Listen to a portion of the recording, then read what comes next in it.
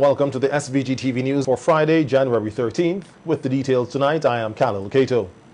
After an extensive three-day debate, Parliament on Thursday approved the $1.4 billion budget for 2023 in the absence of members of the opposition who boycotted the final day of the debate, which heard a 4-hour-long presentation by Prime Minister Dr. Alf Gonzalez.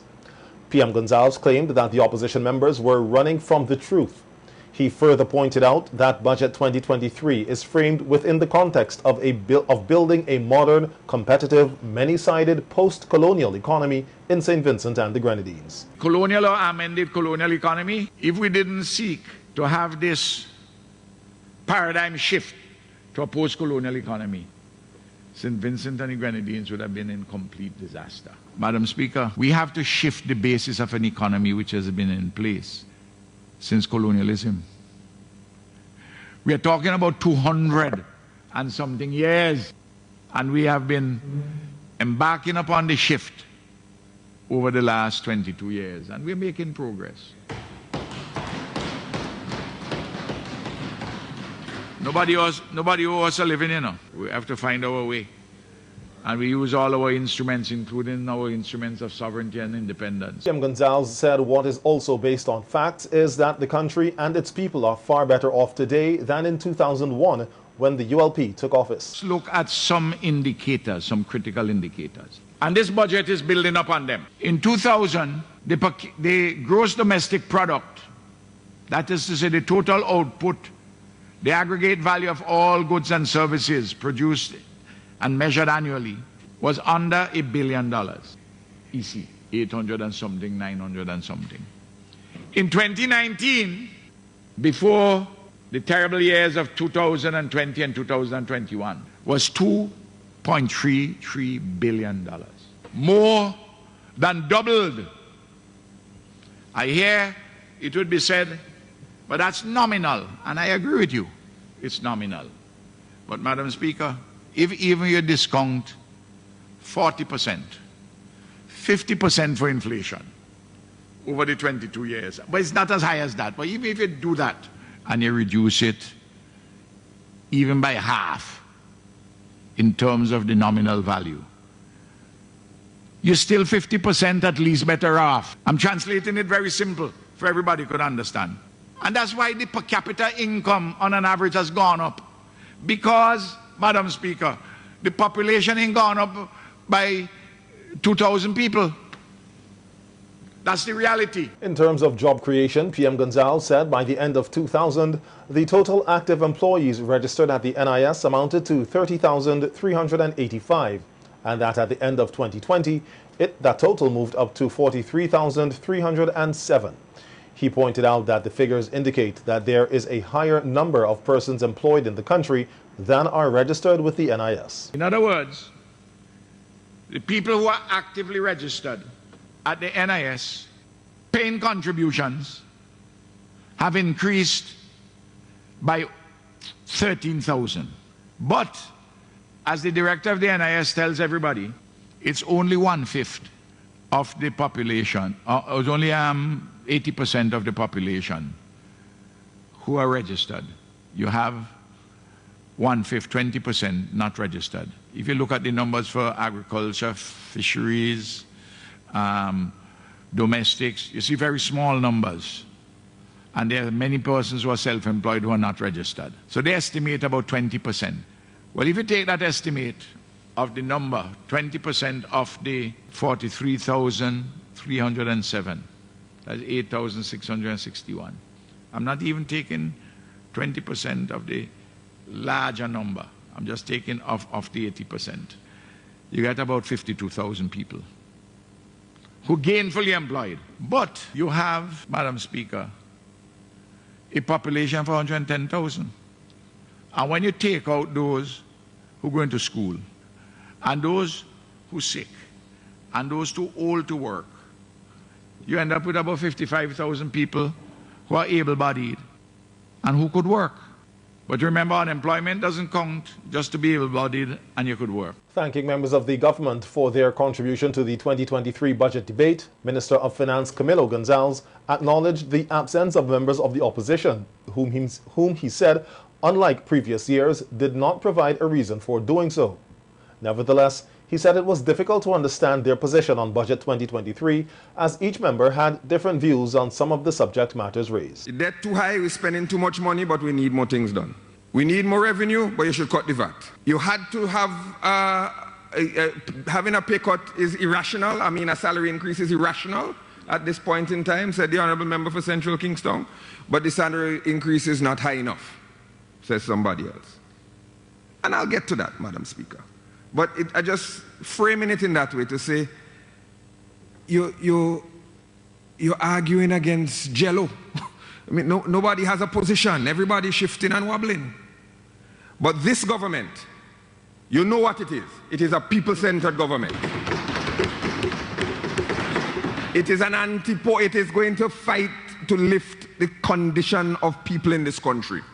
It is going to lift poverty. It is in favor of education, and it is going to invest in infrastructure that will help develop this country.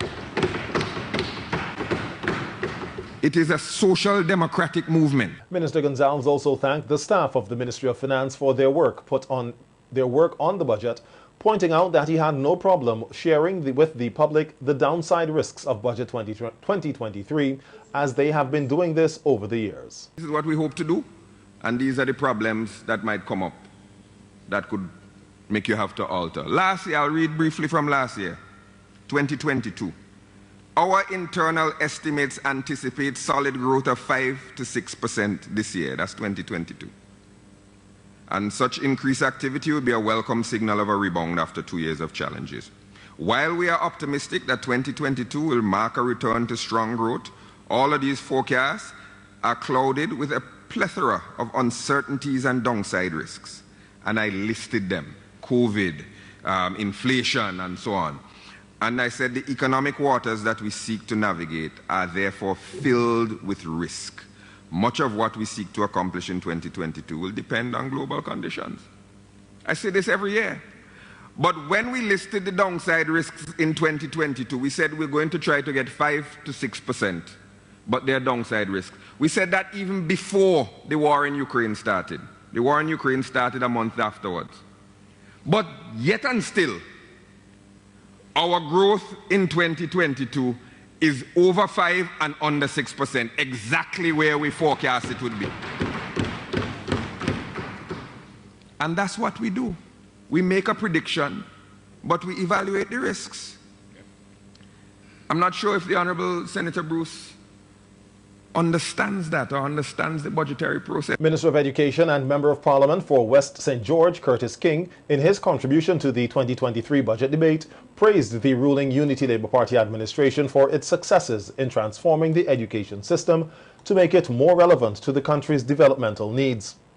Minister King noted that historically, since independence, successive administrations inherited an education system that was pregnant with gaps relating to access, equity, and relevance, and that it was the ULP government which has achieved great success in the transformation of the education system. The ULP, like no other party, has clearly articulated the antecedent events that has given rise to our underdevelopment. The ULP, like no other party, has clearly outlined a vision for achieving the transformation of our education system. And the ULP, like no other party, has implemented a program of action designed to bring about this transformation. Consequently, that is why I make the point that various administrations of the ULP, without doubt, has achieved significant success in the transformation of our education. Minister King further told Parliament that up to 2019, the transformation of the education system had seen some magnificent achievements. However, despite the successes of the initiatives implemented, they recognized that there was a need to examine the system to see how they can take it to another level in relation to the development of the country. So that when the COVID-19 pandemic affected our country from 2020 onwards, it is not that the COVID-19 pandemic somehow brought all the problems to our education system. I'm saying we had issues before that. And in fact, I usually say that the COVID-19 pandemic did two important things. One, it brought sharper focus on the weaknesses within the education system. And secondly, it brought to our attention the need for urgency in dealing with these weaknesses. And so, in a sense, despite the tremendous negative impact that the COVID-19 pandemic had and still is having on our education system, the truth is it has provided us with opportunities for us to take our education to the next level. The Education Minister said in 2022, recognizing the impacts of the COVID-19 pandemic on the education system, they articulated a position to examine the issues that still plague the system, which needed to be addressed to bring about a full transformation. Hence, they commenced a process of consultations with various stakeholders. He used the opportunity to outline some of the recommendations that have been documented in two reports which came out of the process of consultations. The government will redouble its efforts to provide opportunities for the continuous professional development of teachers, bolster the digital competencies of teachers and students in the use of teaching and learning technologies, provide additional support to students and families who suffered social and economic disadvantages. And that support was necessary and still is necessary to improve their academic performance. Improve upon the support systems for students who exhibit gaps in attaining the learning outcomes for literacy and numeracy appropriate to their age and stage of development. And very importantly, reintegrate into the formal and informal education sector those children, young people and adults who abandoned their education during the COVID-19 pandemic. Okay? And finally, utilize multiple modalities to reach students whose socioeconomic status continues to make assessing online learning challenging. Now, these were our people basically encouraging our government to take such action because as stakeholders, they recognize the need to enhance the delivery of our education services. The final disbursement of the $500 awards issued to students by the government for academic performance in the 2022 May-June exit exams will be made available in the upcoming week. The Ministry of Education said the disbursement will take place on Tuesday and Wednesday at the ministry's main building on Halifax Street between 9:30 a.m. and 12:30 p.m. Recipients are asked to present themselves with proof of identity bearing a photograph. For students who are unable to collect in person, a letter of authorization and a photo ID must be presented by the person collecting on behalf of the recipient. To be eligible for the award, CSEC students must have gained 5 passes, grades 1 to 3, including mathematics and English A. CAPE students must have gained passes, grades 1 to 5, in at least 2 unit subjects, as well as in the single unit communication studies or Caribbean studies in 2 consecutive years. Students in the various associate degree programs must have gained at least a B average, and teacher education programs required a grade point average of at least 2.75. A pilot project which includes volcanic ash block making and training of Bragsa workers over the next 16 weeks was launched at a ribbon-cutting ceremony yesterday. As we hear in this report, the block making is expected to reduce Bragsa's cost of rebuilding homes affected by the eruptions of the La Soufrière volcano in 2021. The St. Bernard Project, SVP, a U.S. nonprofit disaster recovery organization, is piloting the project to the tune of $600,000 US. The plant is currently at Bragsa's Kane Hall location, where a ribbon-cutting ceremony took place yesterday. It is expected that when the plant becomes operational, it will reduce cost and time in making of blocks using upcycled volcanic ash. We're saving 15% on the cement that we have to import from overseas. Over our 16-week pilot program, that's going to save us 1,000 bags of cement in production to make concrete blocks. So we're very thankful for this partnership. We're looking forward to getting this up and running, to helping start the reconstruction that's already been ongoing and hopefully scale this for the future. A demonstration of the use of equipment was done, after which SVG TV spoke with Stofflet on the sidelines. He is confident that the project will be a success. SBP did, once we tested the volcanic ash, understood the suitability. So for basically the last year and a half, we've been doing testing and setting up the site, right? So we finally completed the site setup yesterday. Everything is turned on and fully functioning. We've had to do some adjustments to the machinery. Once you import it, right, it comes from the factory, so there's just some small things you have to do. What we're going to continue doing this week and next week is an extensive training program for the Bragsa crew that's going to be working with us throughout this project. And then SBP, we raised money from our international donors to fund this project for 16 weeks. So over that 16 weeks, what we'll do is we'll produce 2,000 blocks every day, 10,000 blocks a week. So for 16 weeks, that's going to be 160,000 blocks that will be made available for the reconstruction of either infrastructure or homes on the island. Stofflet is hopeful that the pilot project can be used by other countries that have volcanic ash. Bragsa currently makes blocks manually. Its CEO, Ken Bartholomew, is thankful to SBP, as not only it will save them money and time, but that several persons will be gainfully employed.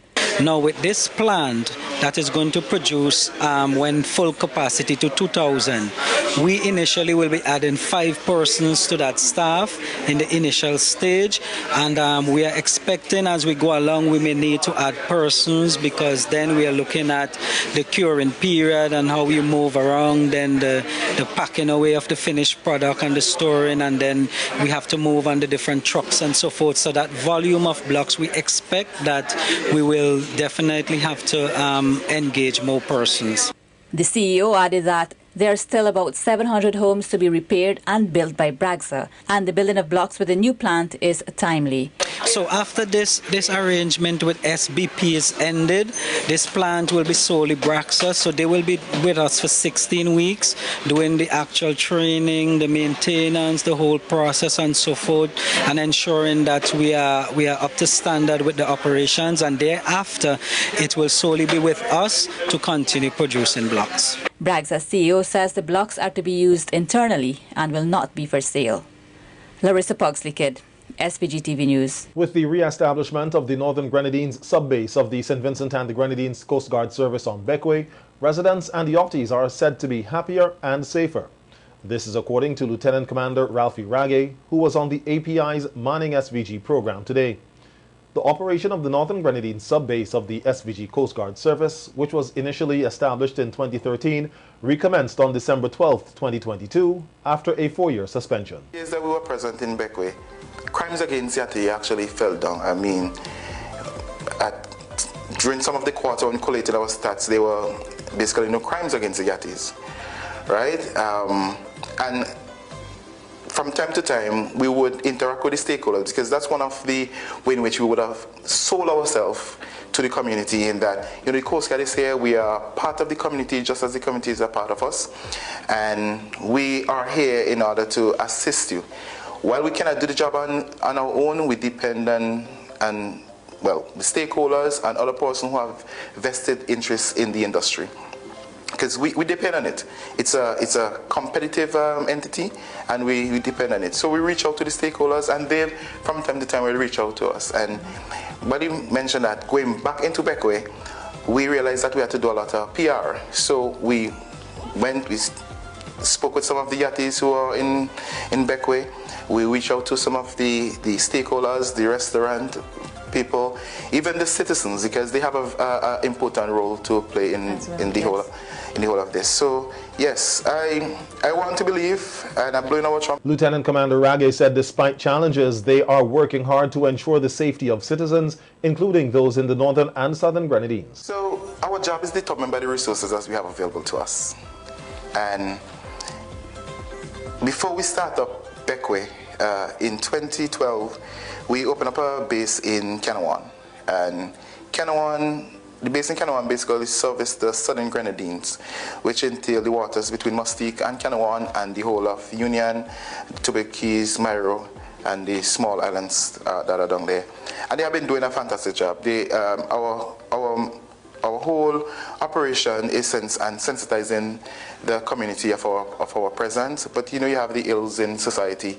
Even though you try to you try to do the job, person will still give you that sort of trouble. But it's our it's how we reach out to the community, because we have a lot of our children out there and water, and sometimes person feels safe when they know that the Coast Guard is around, and they are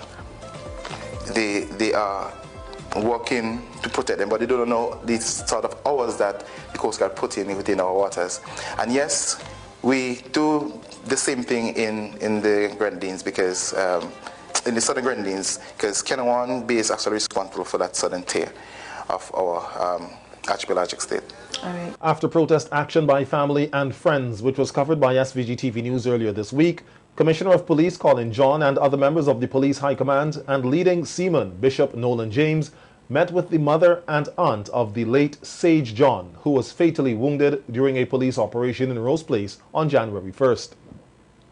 A news release from the Police Public Relations Department says the meeting was held at the office of the Commissioner of Police at the police headquarters, and that during the meeting, the Commissioner extended condolences to Onisa John and other family members on the death of her son. The Commissioner also gave an update on the status of the investigation process and informed the family that after the investigation is complete, a coroner's inquest may be held to ascertain the circumstances surrounding John's death. The release from the police says during the meeting, the John family raised several concerns about the incident, and that the Commissioner assured the family that the matter would be thoroughly investigated. He also advised the family that if they so wished, they can seek independent legal advice on the matter. In addition, the Commissioner told the family that persons with information about the incident can go to the Police Public Relations and Complaints Department to volunteer their statements. Leading seaman Bishop Nolan James also consoled the family and prayed with them. The release says the John family thanked the Commissioner for the opportunity to vent their views and concerns about the matter.